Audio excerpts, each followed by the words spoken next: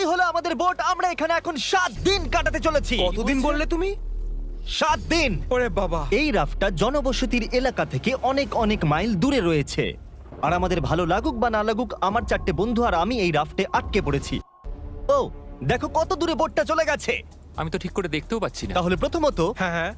আমাদের যাতে রোদ না লাগে সেজন্য শেড বানাতে হবে। আমাদের কাছে এই রাফটে সার্ভাইভ করার জন্য অনেক জিনিসপত্র আছে, অনেক কাঠ, রোপ এবং একটা শেল্টার বানানোর জন্য সবকিছু প্রয়োজনীয় জিনিস রয়েছে। চলো শুরু করা যাক বয়েজ, এক্ষুনি অন্ধকার হয়ে যাবে। আমি এদিকটা ধরছি। আমার আঙ্গুল। চলো এবার আমরা এটাকে টিপির মতো লাগাবো। আমরা সব থেকে বাজে দিনে শুরু করেছি, মেঘ কিন্তু আসন্ন ঝড়ের সংকেত দিচ্ছে।